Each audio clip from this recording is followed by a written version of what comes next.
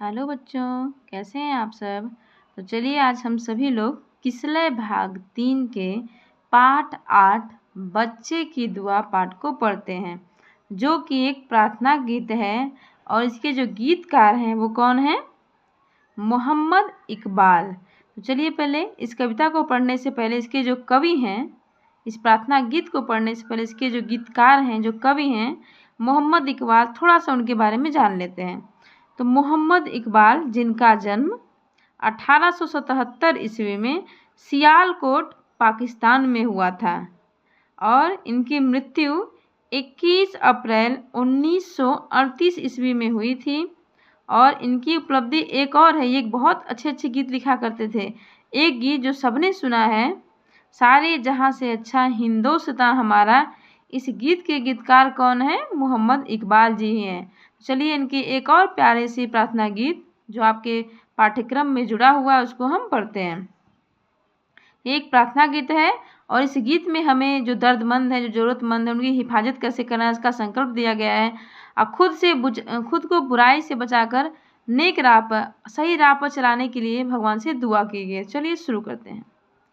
लब पे आती है दुआ बन के तमन्ना मेरी, जिंदगी सम की सूरत हो खुदाया मेरी। हे, लब का मतलब होता है होठ, दुआ का मतलब होता है प्रार्थना, दुआ, तमन्ना मतलब होता है इच्छा, सम का मतलब है लव। तो कह रहे हैं इसमें जो कवि हैं, बच्चे जो दुआ कर रहे हैं, वो कहना है कि हे प्रभु, हे खुदा, मेरे होठों पे मेरी जो इच्छा है वो आती है दुआ बन के। क्या? कि मेरी जो ज़िंदगी हो एक ऐसी सूरत हो, एक ऐसी लव की सूरत हो कि जो दूसरे की ज़िंदगी में रोशनी भर दे, उजाला भर दे। अगला है, हर दुनिया का मेरे दम से अंधेरा हो जाए, हर जगह मेरे चमकने से उजाला हो जाए। हे प्रभु, हे मेरे खुदा, ये जो कितना हो, जो दूर दुनिया बसी है वहाँ पे भी जब मैं चमकूँ, अर्थात मैं जब वहाँ आऊँ तो वहाँ अंधेरे से उजाला हो जाए। जब मैं चमकूँ, जहाँ पे भी अंधेरा है, गरीबी रूपी अंधेरा है, वहाँ पे उजाला हो जाए, सभी लोग खुश हो जाएं। हो मेरे दम से यूं ही मेरे वतन की जीनत, जिस तरह फूल से होती है चमन की जीनत। जीनत का अर्थ होता है शोभा। तो क्या है कि मेरे दम से, जब भी जहाँ पे मैं हूँ, मेरे ही नाम से मेरे वतन की शोभा हो। जिस तरह फूल से होती है चमन की जीनत, जिस तरह आप चमन में जो फूल खिलते हैं तभी उसकी शोभा बढ़ती है, उसी तरह हे मेरे प्रभु, मेरा नाम मुझे इतना अच्छा बना दीजिए, मुझे इतना नेक बना दीजिए कि मेरे ही नाम से मेरे वतन की शोभा बढ़े। अगला है, जिंदगी हो मेरी परवाने की सूरत या रब, इल्म सम से हो मुझको मोहब्बत या रब। इल्म का अर्थ होता है शिक्षा। इल्म का अर्थ क्या होता है? शिक्षा।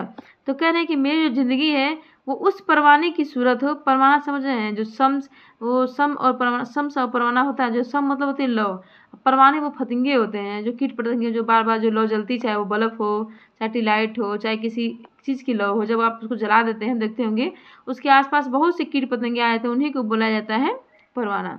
तो क्या मुझे एक ऐसा परवाना बनाना मुझे जिसे शिक्षा से, किससे मोहब्बत हो? शिक्षा से मोहब्बत हो, शिक्षा ही मेरा रब हो और मेरी मोहब्बत हो। और क्या कहने आगे, हो मेरा काम गरीबों की हिमायत करना, दर्दमंदों से, ज़ईफ़ों से मोहब्बत करना। हे मेरे खुदा, ये जो मेरा काम हो वो गरीबों की हिमायत मतलब मदद, मेरा जो काम है वो गरीबों की सहायता करना हो, गरीबों की मदद करना हो। मुझे ऐसा बनाना कि मैं गरीबों की मदद कर सकूं। दर्दमंदों से, ज़ईफ़ों से मोहब्बत करना, जो दर्द में हैं, जो दर्दमंद हैं, ज़ईफ़ मतलब जो वृद्ध हैं, बूढ़े हैं, मैं उन सभी से मोहब्बत करूं। हे ईश्वर, हे मेरे रब, मुझे वैसा ही बनाना। लास्ट है, मेरे अल्लाह बुराई से बचाना मुझको, नेक जो राह है उस पर चलाना मुझको।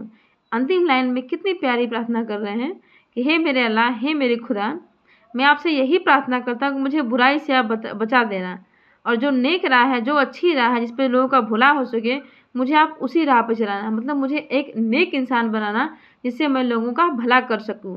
हे प्रभु, मेरी आपसे यही विनती है। ये जो बच्चे की दुआ प्रार्थना है, इसमें इन सभी बातों का हमने प्रकाश डाला, पढ़ा। अब आप इसको रिपीट करते दोहराते रहिए। अगला सेशन इसके प्रश्न और उत्तर पे होगा। धन्यवाद।